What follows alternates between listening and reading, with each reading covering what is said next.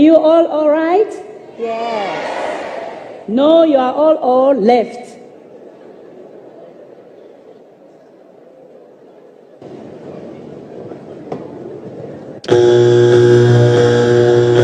The dying population in Japan. Japan is literally dying. Right now, the population is about 126 million. In 2024 and 5, it's gonna be this number. 25 years later, 2050, the population will drop to 97 million people. So we're talking a 25% decrease in population within a span of just 25 years. You know, that's kind of scary, right? Now in Japan, the birth rate is 6.995, so about 7 births per 1,000 people. Out of those 1,000, only 7 babies, not 7 people are having babies, 7 babies in total. That's bad. Juxtapose that to America, which sees about 12 babies per 1,000. So that's normal. Japan is at the top of the list when it comes to declining birth rates and declining populations. Why is this happening? Let's talk about it. Yokohama class from Alabama to Baltimore. Somehow ended up in Kanagawa, Dinko Shigaya, and now Midori War, my new home. Yeah, they know. It's your boy, Derrell. Got another story to tell. Welcome back. It's been a long time coming. Thank you for joining me on a new episode of the Dory Derrell Music Channel. This is your boy, Dory Derrell. And I want to talk about a very interesting topic that I've been talking to a lot of my students and my friends about recently. So, I was talking with a friend of mine, and she gave me some really good points. Step 1, the elderly population is stuck in its ways. I'm gonna say it again. The elderly population is stuck in its ways, literally and figuratively. I don't know how you want to take that. Let's talk about after World War II. So after World War II, there was a big economic deficit and Japan was struggling. It was in a crisis. So they had to dig their way out of the economic turmoil that transpired after the war. So what did they decide to do? They decided to invest in horizontal companies and vertical companies. So companies that are working on a specific field, and they work with different people in that same field all over the world. And then you have the horizontal companies, which are basically a brand in name, but they expand to multiple avenues. For example, Mitsubishi. Mitsubishi had various things, not just cars. Sony wasn't just video games. Actually, they didn't start out in video games. They started out in radio, in television. They started out in electronics, so the Sony Walkman, and all kinds of other things outside of just games. With this economic structure and the work culture in Japan, just focusing on perfection and really adapting to new things and learning new things, being original and being creative to boost the economy, it really worked. They were experiencing amazing increases in the economy during the 1960s going all the way into the 80s and 90s. However, the problem with Japanese culture is a lot of these people who spearheaded these how can I say, these ventures into increasing the economy, they're now older now and they're retiring, but they're still stuck in that same mindset of, okay, I need to teach the next generation, this is Japanese culture, this is how we improve our economy. But the same things you did back in the 50s and 60s are not gonna work in a new modern society where you need to constantly adapt and develop new ideas.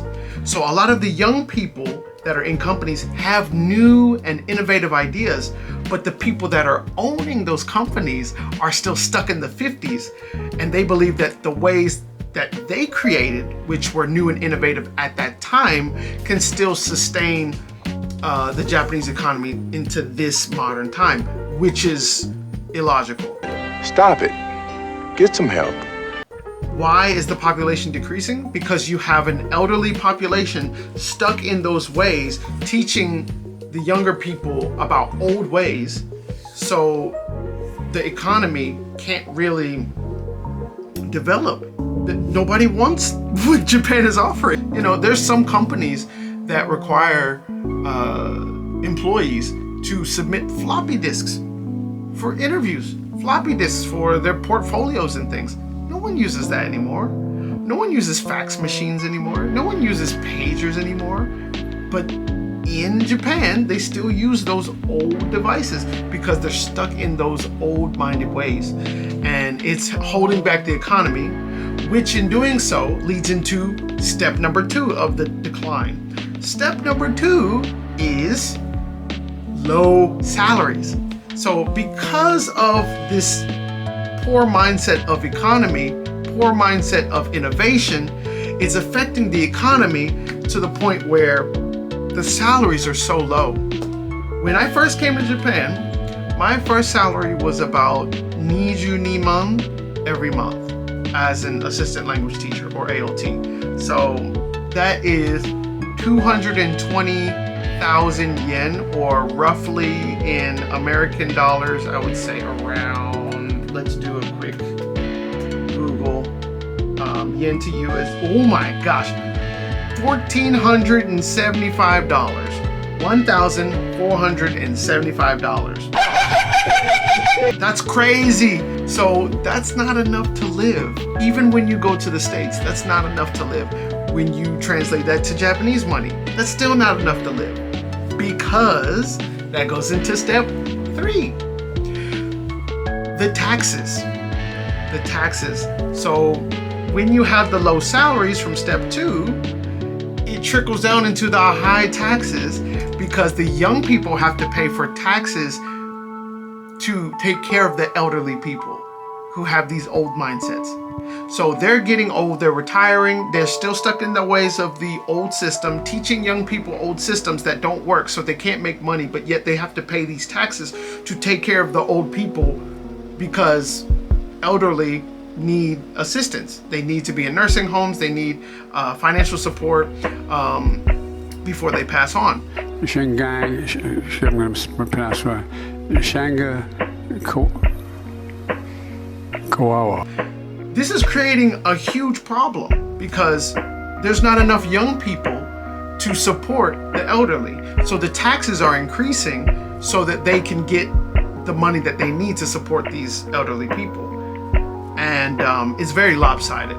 So a lot of young people are deciding, hey, if I'm gonna have to work like this, I don't see myself financially able to get married, start families, things like that. So step 1 is the elderly stuck in their ways. Low salaries, step 2.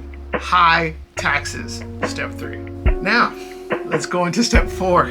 Step 4, if you have high taxes, what does that mean? That means when I work overtime, I barely use my paid leave because, the company needs me.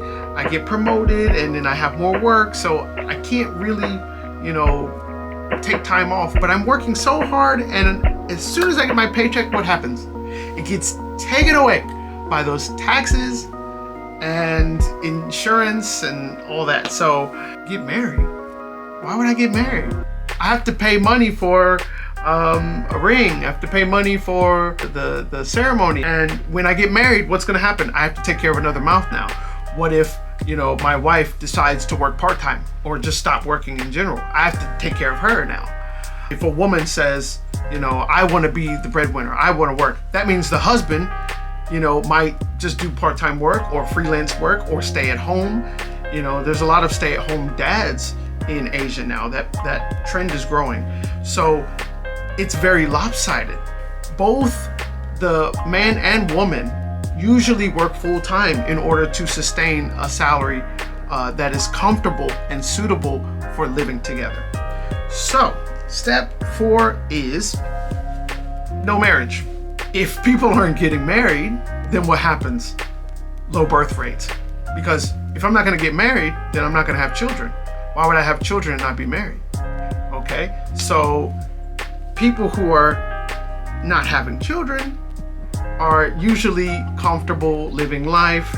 They might get married without children, or they'll just live alone and travel and go to different places, just enjoy their company, work, live alone, enjoy their free time, hobbies, things like that. They don't really have time to think about marriage, kids. I have to jeopardize my hobbies for another person. I have to jeopardize my interests and likes to please another person. I have to, set aside my time, my precious time, to make time for somebody else. And I have to get rid of the things that I like in order to give to children who, it's a lot of work to raise children. So if you have low salaries, high taxes, that means you're not going to get married and you're not going to have children. Now, is there any hope for this country? I'm going to be honest, I don't know.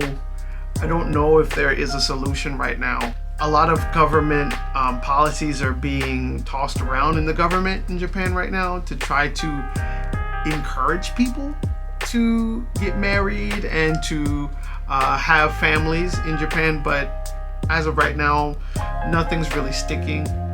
And that's usually Japanese culture. Nothing usually does stick because Japanese government is very slow.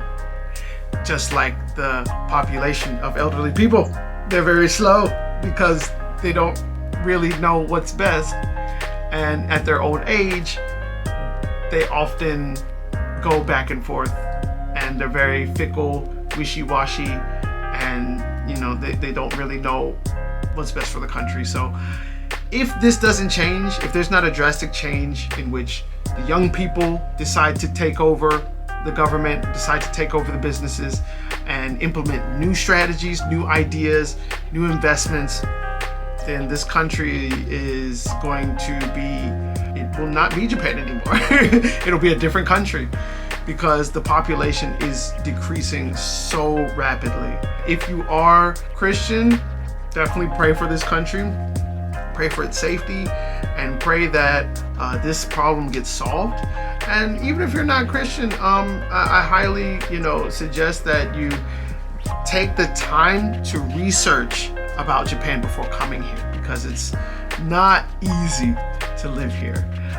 And I know it looks cool and it's, it seems very nice, but visit here for a week, see if you like it, and then you can make your decision. I have my first album coming out. It's called Study Abroad, the Full Semester. So it is basically a repackaging of my EP that I released, I think, in June. Yes, in June of this year. So the full album is gonna come out next month, November 8th. Yes, November 8th of this year. All right, see you next time. Peace.